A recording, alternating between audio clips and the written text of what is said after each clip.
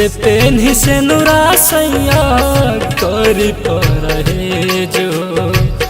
कैसे पेन्ही से नुरा सैया करी परहेज हो। छोड़ के गईला कहवा सैया, छोड़ के गईला कहवा सैया तू के करेज हो। कैसे पेन्ही से नुरा सैया करी परहेज हो। कैसे पेन्ही से नुरा सैया करी परहेज हो।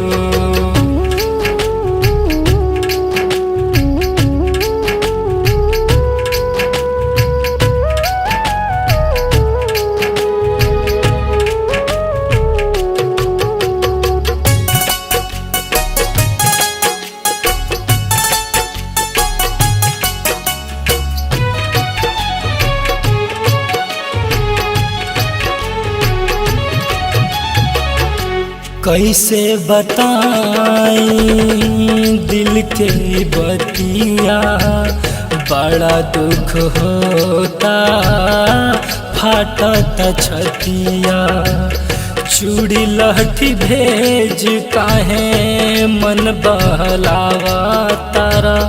सुरहो सिंगार हमरा लागत मटिया।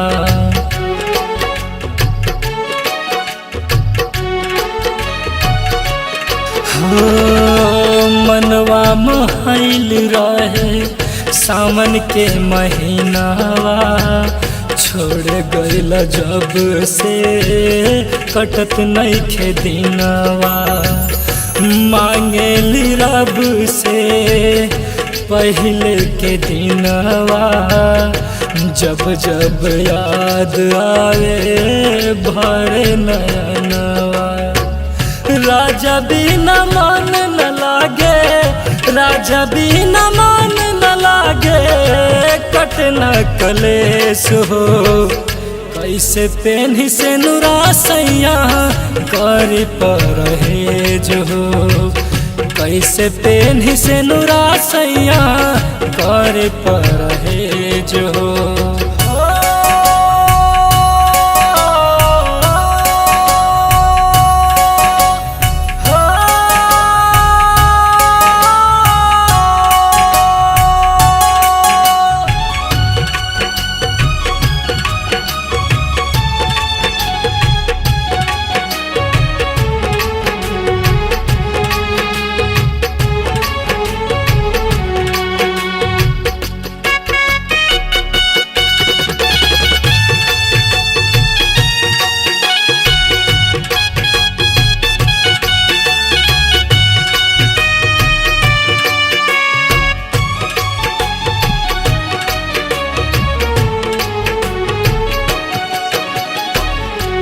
देके तू गईला पेटवा में सुखावा।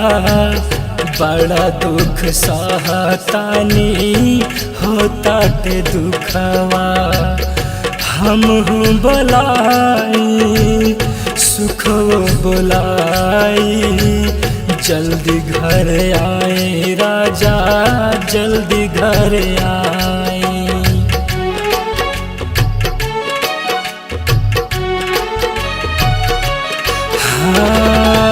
बिरहिन बना के गईला राजाऊ।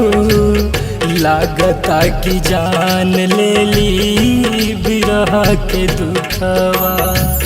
काके गईला वादा जान जल्दी घर आए। भूल गईला राजा जी जाके विदेशवा। पहचान जाके अइले, पहचान जाके अइले, अइले नारी पेश हो।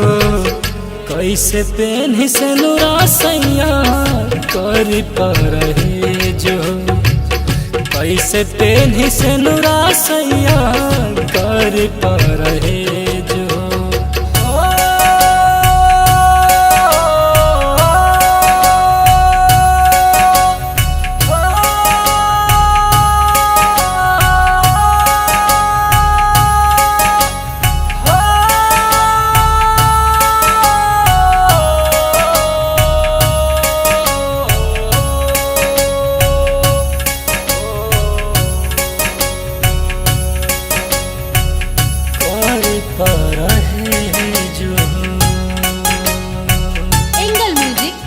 रमेश की प्रस्तुति। Music by angle music.